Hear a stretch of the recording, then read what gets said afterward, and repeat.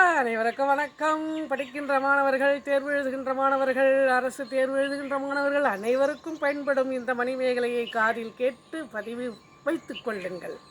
எளிமையான நடையில் மணிமேகலையினுடைய காதைகளை ஒவ்வொன்றாக பார்த்து வருகிறோம்.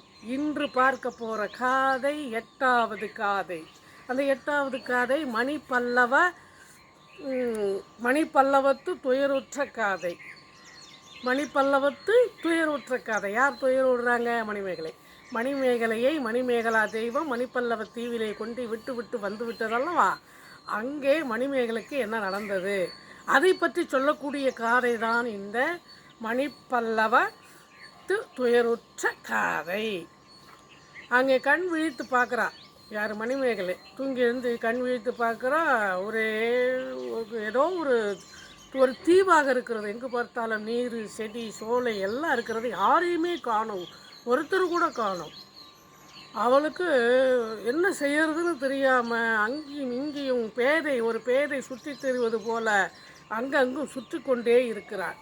மணல், ஆறு, செடி, கொடிகள் இதையெல்லாம் பார்த்த வண்ணம் பயந்து போய் யாரும் இல்லாத அந்த இடத்தில் தனித்து இருக்கிறாள் மணிமேகலை. ஒருவேளை உபவனத்தில் இருக்கக்கூடிய இது வேறொரு இடமாக இருக்குமோ அப்படி என்று அவள் மனதில் ஒரு ஐயமும் வருகிறது. நம்ம உபவனத்திற்கு தானே பூ பறிக்க வந்தோம். ஒருவேளை அந்த உபவனத்திற்கு அருகே இது ஒரு இடமாக இருக்குமோ என்னமோ தெரியலை. அப்படி என்று ஒவ்வொன்றாக பார்த்து வருகிறாள். அவளுக்கு இருந்தாலும் இன்னும் நம்ம எங்கே வந்திருக்கிறோன்னு தெரியல. ஏன்னா ஒருத்தரை கொண்டு போய் ஒரு இடத்துல விடும்போது அது எந்த இடம் நமக்கு தெரியாது இல்லையா? இப்போ நம்ம ஒரு ஊருக்கு போகிறோம், புதுசாக போகிறோன்னு வச்சுக்கோங்க. அந்த ஊரில் நமக்கு எந்த இடமும் தெரியாது. அப்போ ஏதோ கண்ணை கட்டி காட்டில் விட்ட மாதிரி தான் இருக்கும். வழி தெரிந்தவர்கள், அந்த இடத்தை பற்றி தெரிந்தவர்கள் யாராவது நம்மளை அழைத்து சென்று விவரமாக சொன்னால்தானே இது இந்த இடம் என்று நமக்கு தெரியும். அதுபோல் அப்பொழுது கண்ணை கட்டி காட்டில் விட்டதை போல இருந்தது மணிமேகலைக்கு. இது ஒரு ஆச்சரியமாக இருக்கிறது. யோவனத்துக்கு இது ஒரு பகுதியாக இருக்குமோ என்று ஐயம் கொண்டு சுற்றி வந்து கொண்டே இருக்கிறாள். அடுத்ததாக திருவே வா அப்படின்னு சொல்லிட்டு செல்வமே செல்வமே வா அப்படின்னு சொல்லி யாரை கூப்பிட்றா? சுதமதியை கூப்பிட்றா. கூட வந்து சுதமதி தானே. சுதமதி, நீ எங்கே இருக்க? என்னை பயமுறுத்தாத, எனக்கு பயமாக இருக்குது. நீ என்னை பயமுறுத்துனது போதும். என்னை தனியாக விட்டுட்டு எங்கே போனேன்? எங்கே இருந்தாலும் நீ சீக்கிரமாக என் பக்கத்தில் வா, எனக்கு பயமாக இருக்குது, நான் பயந்துட்டு இருக்கேன். எங்கே இருக்க சுதமதி? செல்வமே, நீ எங்கே இருக்க? இங்கே வா. நீயும் நானும் தானே மலர்வனத்திற்கு வந்தோம். மலர்வனத்தில் பூ பறிக்க வந்த இடத்தில் என்னென்னமோ நடந்து கொண்டிருக்கிறது. நீ எங்கே சென்று ஒளிந்து கொண்டாய்? இங்கே சுற்றார் இல்லை, உறவினர் இல்லை, மக்கள் இல்லை, யாரும் இல்லை, வீடு இல்லை, வாசல் இல்லை, எதுவுமே இல்லை, பார்ப்பதற்கு ஒன்றுமே இல்லை.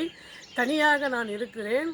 நீ என்னை இங்கு விட்டு எங்கு சென்று ஒளிந்து கொண்டாய்? சுதமதி, ஒளிந்தது போதும், என்னை அழ வைக்காதே, என் மனசை சஞ்சலைப்படுத்தாதே. நீ எங்கிருந்தாலும் விரைந்து என் அருகே வா சுதமதி என்று அந்த பேதை மணிமேகலை சுதமதியை இவ்வாறு கூவி அழைத்தாள். பாங்கினம் காணாள். அங்கே ஒரு பெண்களை கூட காணோம். பூ பறிக்கிற இடத்துல நிறைய பெண்கள் இருக்கணும் இல்லையா? ஒரு பெண்களை கூட காணவில்லை. எங்கு பார்த்தாலும் பறவைகள், பலவிதமான பறவைகள் பலவித ஓசை எழுப்பி கொண்டும் மகிழ்ந்து பறந்து கொண்டும் இருந்தது. தாமரை மலரில் வீற்றிருக்கக்கூடிய ஆண் அன்னப்பறவை ராஜா மாதிரி அமர்ந்திருக்க, மற்ற பறவைகள் எல்லாம் அங்கும் இங்கும் ஓடி ஆடி மன்னனை மகிழ்விக்கும் நாட்டிய பெண்மணிகள் போல மகிழ்வித்து கொண்டிருப்பதை போல ஒரு காட்சியை அந்த இடத்தில் பார்க்கிறார். ஒரு ஆள் நடமாட்டமும் இல்லை. அங்கு எங்கு பார்த்தாலும் பறவைகள் தான் இருக்கிறது. ஏன்னால் மரங்கள், செடிகள், கொடிகள், நீர்நிலைகள் இருக்கக்கூடிய இடத்தில் பறவைகள் இருப்பது வியப்பல்லவே. பறவை தானே இருக்கும். அதை தான் மணிமேகலை பார்த்து மகிழ்ந்து கொண்டிருக்காள். அதன் பிறகு பாருங்க, ஐயாவோ என்றா அப்படின்னு. இது ஒரு சொல்கிறதெல்லாம் குட்டி குட்டி தலைப்பு. இதை ஞாபகம் வச்சுக்கிட்டிங்கன்னா உங்கள் மனசில் பதிஞ்சிடும். ஐயாவோ என்றாள். ஐயாவோ என்றால் தன் அப்பாவை ஐயா என்றாள். அதாவது கோவலனை. அப்பா, எனக்கு என்னப்பா ஆச்சு? நீங்களும் அம்மாவும் எங்கு போனீர்கள்? நீங்கள் என்னை இப்படி காட்டிடத்தில் விட்டு எங்கேயோ நீங்கள் போய் சென்றது போல என்னை கொண்டு வந்து யாரும் இல்லாத, அதாவது எப்படி சொல்கிறான்னா, ஒரு இறந்த உயிர் இன்னொரு இடத்திற்கு போகும்போது அது அங்கே போய் விழித்து கொண்டிருப்பதைப் போல நான் உயிரோடு இருந்தும் எங்கே இருக்கிறேன் என்று தெரியாமல் இங்கு தவித்து கொண்டிருக்கிறேனே அப்பா. எனக்கு ஆதரவாக இருக்கக்கூடாதா? எனக்கு இந்த நிலை வர காரணம் என்ன? கோவலனப்பா, கண்ணகி அம்மா, என்னை எப்படியாவது இது காப்பாற்றுங்கள். நான் எந்த இடத்தில் இருக்கிறேன், எனக்கு யாரும் துணை இல்லை. ஐயாவே, நீங்கள்தான் எனக்கு துணையாக இருக்க வேண்டும் என்று தன் தந்தையை நினைத்து அந்த இடத்தில் வருந்துகின்றாள் மணிமேகலை. அப்புறம் கொஞ்சம் தூரம் அப்படியே போய்கிட்டு இருக்கா. ஒரு தரும பீடிகை இருக்கிறது. தரும பீடிகை ஒரு சின்ன ஆசனம் போல் ரவுண்டாக பூ, தாமரை மலர், பல மலர்களை செய்து வைத்தது போல் ஒரு பீடிகை இருக்கிறது. அதை பார்க்கிறாள். அந்த பீடிகையில் புத்தர் அமர்ந்து அறச்செயல்களையும் அறச்சிந்தனைகளையும் மக்களிடத்திலேயே சொன்னதாக ஒரு செய்தி சொல்லப்படுகிறது. இந்த சம்புத்தீவில் தான் அது இருக்குது. அதுக்கு பக்கத்தில் நாகநாடு அப்படின்னு ஒரு நாடு இருக்குது. அந்த நாட்டை சேர்ந்த 2 மன்னர்கள் இந்த பீடிகையை எடுத்து செல்ல வருகிறார்கள். அவர்களால் எடுக்க முடியவில்லை.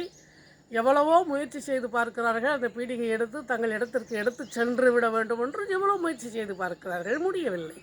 ஆனால் புத்தர் இது எனக்குரியது, இதை நீங்கள் எடுத்து செல்ல முடியாது என்று சொன்ன பிறகு அவர்கள் போய்விடுகிறார்கள் ஏமாற்றத்தோடு. அப்படி ஒரு நிகழ்வு நடந்திருக்கிறது. அந்த பீடிகையில் அமர்ந்து தான் நிறைய அற சிந்தனைகளையும் அற கருத்துக்களையும் எடுத்து உரைத்ததாக சொல்லப்படுகிறது.